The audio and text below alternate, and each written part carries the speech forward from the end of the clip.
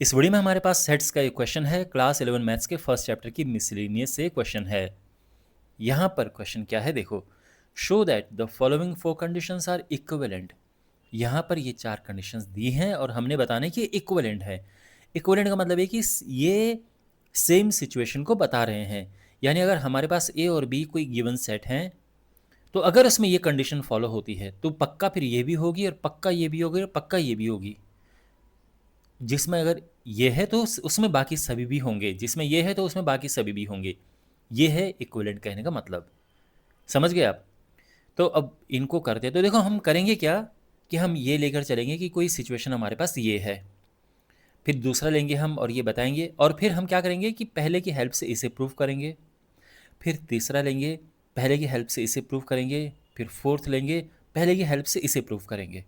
तो फिर हम समझ जाएंगे कि हाँ भाई ये इक्विवेलेंट है। Got it?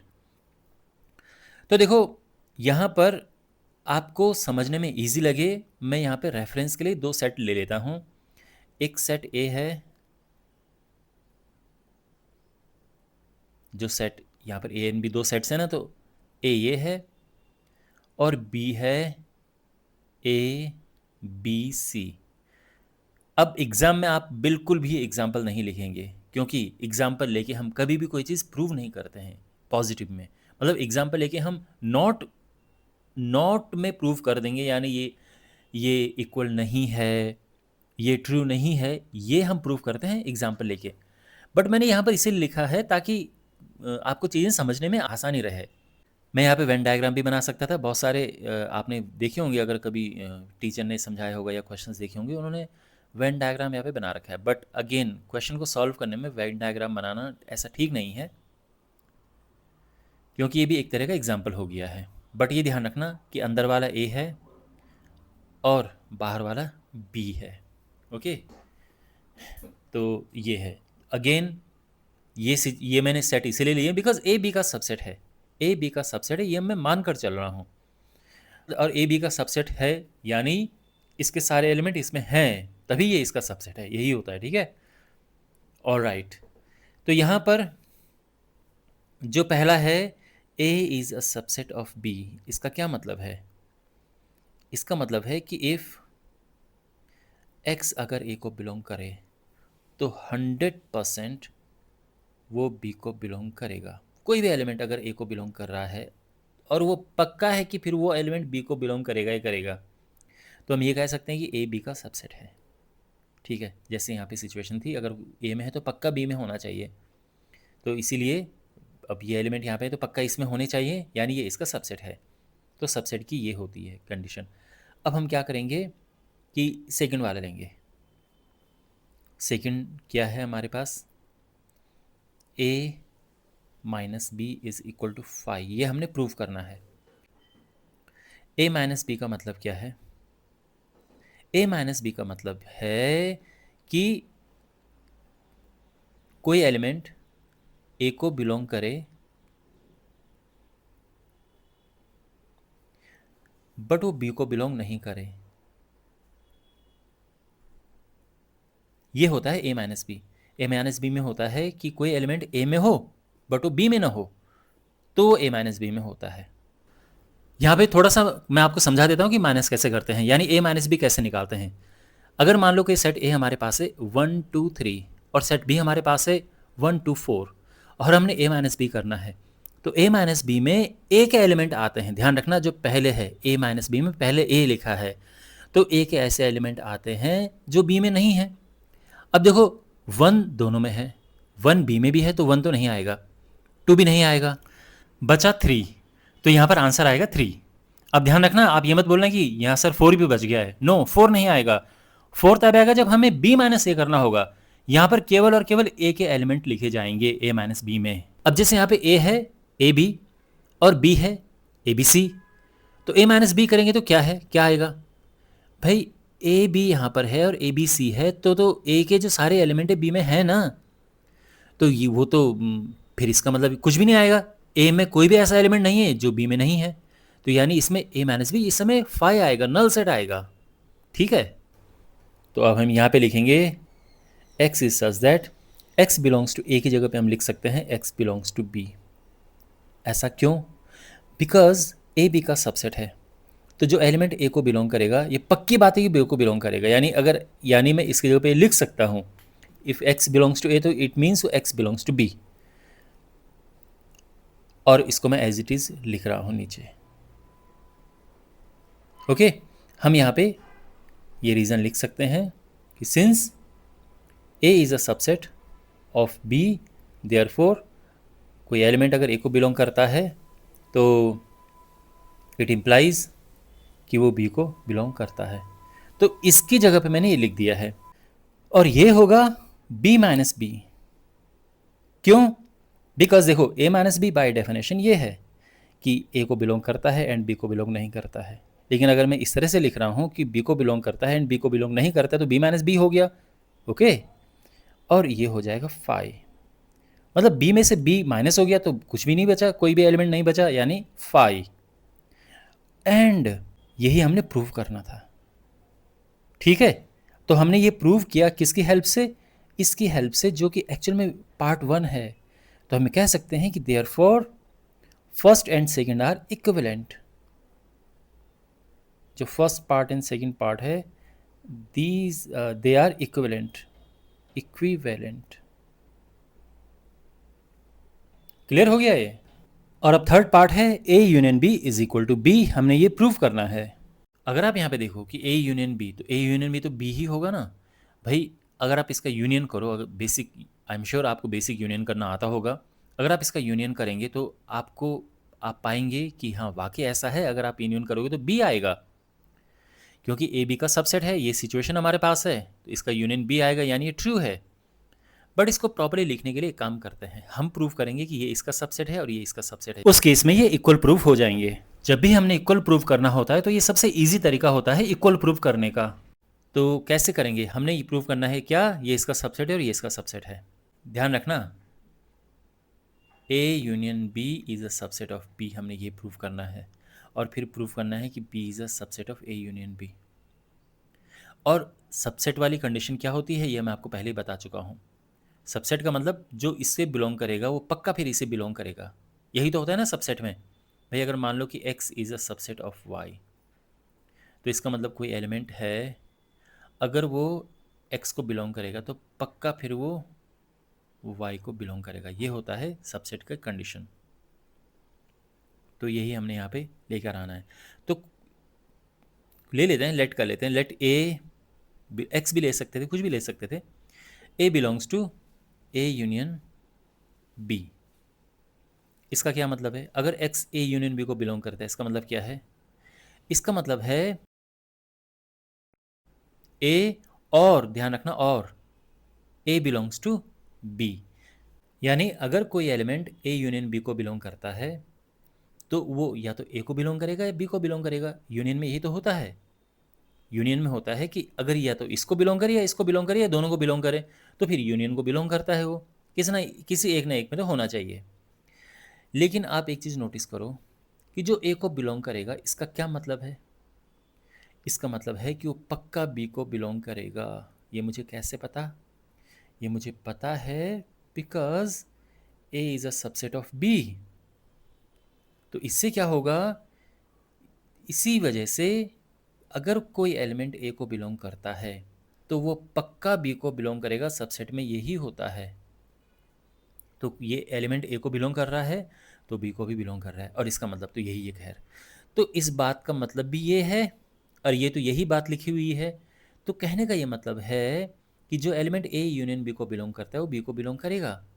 तो हम ये कह सकते हैं कि ए यूनियन बी सबसेट है बी का। भाई शुरुआत हमने यहाँ से की कि A belongs to A union B, पहुँचे हम यहाँ पे ए बिलोंग्स टू बी। तो सबसेट में यही होता है कि अगर एक इसको बिलोंग करे और इट इम्प्लाइज कि इसको बिलोंग करे, तो यानी ये इसका सबसेट है, यानी ये इसका सबसेट है। यही मैंने यहाँ पे लिख दिया है। बात समझ आ गई? अब उल्टा करो प्रूफ इसको। अब इसको उल्टा प्रूव करते हैं, मीन्स ये इसका सबसेट है। तो एंड लेट बी ले लेते हैं, ठीक है। B belongs to B, B B को बिलोंग करता है। अगर कोई एलिमेंट बी को बिलोंग करेगा तो ये तो पक्की बात है ना कि ये ए यूनियन बी को बिलोंग करेगा। ये तो बहुत सिंपल बात है। कोई एलिमेंट अगर बी में है तो ए यूनियन बी में होगा, ये तो पक्की बात है, क्योंकि ए यूनियन बी में ये एलिमेंट, इसके सारे एलिमेंट होंगे हैं, यूनियन में होता ही यही है। अब देखो, बिकॉज ये बी को बिलोंग करता है एंड इट अप्लाइज कि वो इसको बिलोंग करता है, तो हम ये कह सकते हैं कि B is a subset of A union B, तो डायरेक्ट आ गया। ठीक। और अब देखो, अब यहाँ पर सिंस ये है हमारे पास है A union B is a subset of B, and at the same time हमारे पास है कि B is a subset of A union B, तो हम ये कह सकते हैं कि A union B is equal to B. ये इसका सबसेट है, ये इसका, देखो ये इसका सबसेट है और ये इसका सबसेट है, तो इक्वल हुए हो। ओके। और ये हमने इक्वल प्रूफ किया वन में जो लिखा हुआ था उसकी हेल्प से। तो हमने क्या किया कि इसकी हेल्प से ये प्रूफ किया है, it means 1 and 3 are equivalent, first and third are equivalent.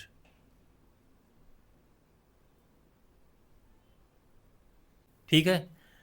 और अब हमारे पास है fourth, A intersection B is equal to A.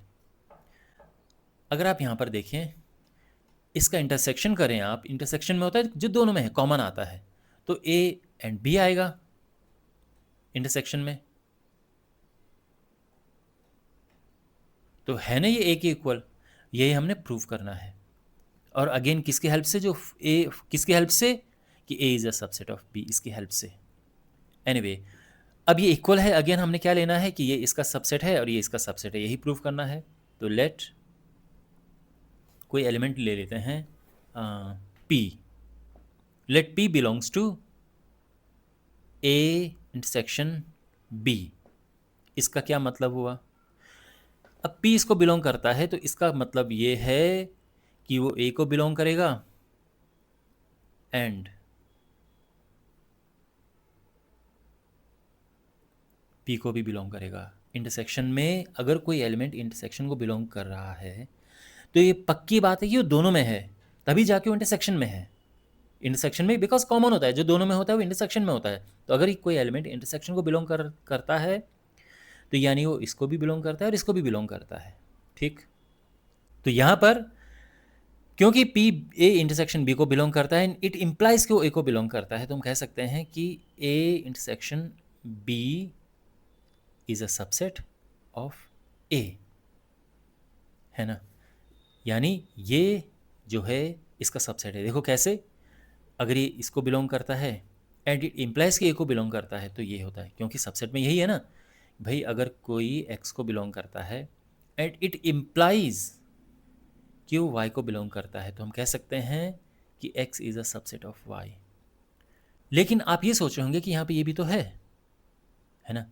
तो देखो, यहाँ पे मैं ये कह रहा हूँ कि अगर ए को बिलोंग करता है तो पक्का इसको बिलोंग करेगा, यानी ये चीज़ पक्का है। यहाँ पे ये भी है, वो बी को भी बिलोंग करता है, लेकिन क्योंकि पक्का ए को बिलोंग करता ही करता है, ये हम जानते हैं, तो इसलिए हम ये कह सकते हैं कि ये इसका सबसेट है। इस बात का ध्यान रखना कि अगर यहाँ पे और होता फिर हम ये नहीं लिख सकते थे, क्योंकि और के केस में होता है कि भाई या तो इससे बिलोंग करेगा या फिर इससे बिलोंग करेगा, हम इसके लिए श्योर नहीं कि वो इसको बिलोंग करेगा, है ना। बट एंड के केस में हम पक्का हैं कि ये इसको बिलोंग करता है। देखो पीछे ये सिचुएशन हमारे पास थी, ये था, और अगर यहाँ पे होता एंड तो इसकी ज़रूरत नहीं पड़ती, ये इसको बिलोंग करता है और यहाँ पर इट इम्प्लाइज कि इसको बिलोंग करता है। अगर यहाँ पे एंड होता, वैसे होता नहीं है ये, तो फिर हम बिकॉज ये एंड है तो हम ये लिख सकते थे, बट बिकॉज और है ये, तो हम इसके लिए श्योर नहीं कि वो इसको बिलोंग करता है, वो इसको भी बिलोंग कर सकता है, क्योंकि यूनियन में या तो इसे बिलोंग करता है या फिर इसे बिलोंग करता है, या दोनों को, है ना। श्योर नहीं हम। तो फिर हमने क्या किया, हमने किसकी हेल्प ली, हमने जो फर्स्ट में कंडीशन थी उसकी हेल्प ली कि भाई A is a subset of B. इसका मतलब ये है कि अगर ए कोई एलिमेंट ए को बिलोंग करता है, इट इम्प्लाइज कि वो बी को बिलोंग करता है। तो यानी इसका मतलब है ये, कोई एलिमेंट अगर ए को बिलोंग करता है तो वो पक्का फिर वो बी को बिलोंग करेगा। ये कहाँ से आया? ये जो गिवन कंडीशन थी वहाँ से आया। और इसका तो ये तो यही लिखा है। तो यानी यहाँ पर इस बात का और इस बात दोनों का मतलब ये है। अब क्योंकि हम यहाँ से चले, यहाँ पहुँचे, तो मैंने ये लिखा। ध्यान रखना, अगर क्वेश्चन में ये कंडीशन नहीं गिवन होती तो फिर हम ये नहीं लिख सकते थे, ये नहीं लिख सकते थे, ध्यान रखना, है ना। तो फिर ये भी नहीं होता और फिर ये भी नहीं होता। बट बिकॉज क्वेश्चन में ये कंडीशन है तो हम ये लिख पाए इस वजह से, और फिर इस वजह से हम ये लिख पाए। अब बात समझ आ गई आपको? एंड के केस में क्या है कि ये हम डायरेक्ट लिख सकते हैं, क्योंकि इस जब एंड लिखा है इसका मतलब ये चीज़ पक्का है। अब बात समझ आ गई? तो ये मैंने यहाँ पे लिख दिया है। ओके, अब उल्टा प्रूफ करना है, या उल्टा मतलब अब ये इसका सबसेट ये प्रूफ करना है। तो देखो, लेट बी बिलोंग्स टू ए। अब अगर बी ए को बिलोंग करता है, इसका क्या मतलब है? तो इट इम्प्लाइज कि वो एलिमेंट बी को भी बिलोंग करता है। कैसे मुझे पता? Because A is a subset of B. और इस केस में कि कोई एलिमेंट अगर ए को बिलोंग करता है तो ये पक्की बात है कि वो बी को बिलोंग करेगा। तो अब आपने देखा, हमने अब अगेन जो फर्स्ट में कंडीशन गिवन थी इसका यूज़ करके और हम फोर्थ पार्ट प्रूव करेंगे, तो बाद में हम कह सकते हैं कि वो इक्विवेलेंट हैं। तो यहाँ पे ये हो गया ए को बिलोंग। अब देखो, कोई एलिमेंट अगर ए को बिलोंग करता है और वो बी को बिलोंग करता है तो इसका मतलब क्या है कि भाई ए इंटरसेक्शन बी को बिलोंग करेगा वो, है ना भाई, दोनों में है। And therefore A is a subset of A intersection B, है ना। यहाँ से चले यहाँ पहुँचे तो ये इसका सबसेट है। अब देखो कि since A intersection B is a subset of A and A is a subset of A intersection B, तो हम कह सकते हैं कि A intersection B is equal to A। ये इसका सबसेट है और ये इसका सबसेट है, दोनों इक्वल होते हैं फिर। और ये फोर्थ वाला प्रूफ हो गया है, तो हम कह सकते हैं कि 1 and 4 आर इक्विवेलेंट। ओके, तो देखो 1 and 2 हमने प्रूव कर दिया था, 1 and 3 इक्विवेलेंट प्रूव कर दिया है, first and fourth equivalent prove कर दिया है। तो therefore we can say that all the 4 parts जो गिवन पार्ट्स हैं आर इक्विवेलेंट। ओके, और ये प्रूफ हो चुका है। तो आई होप आपको ये सोल्यूशन अच्छे से समझ आया होगा। इस चैप्टर के बाकी वीडियोस के लिए सामने आप प्लेलिस्ट देख सकते हैं, उस पर क्लिक करें, चैनल को सब्सक्राइब करें।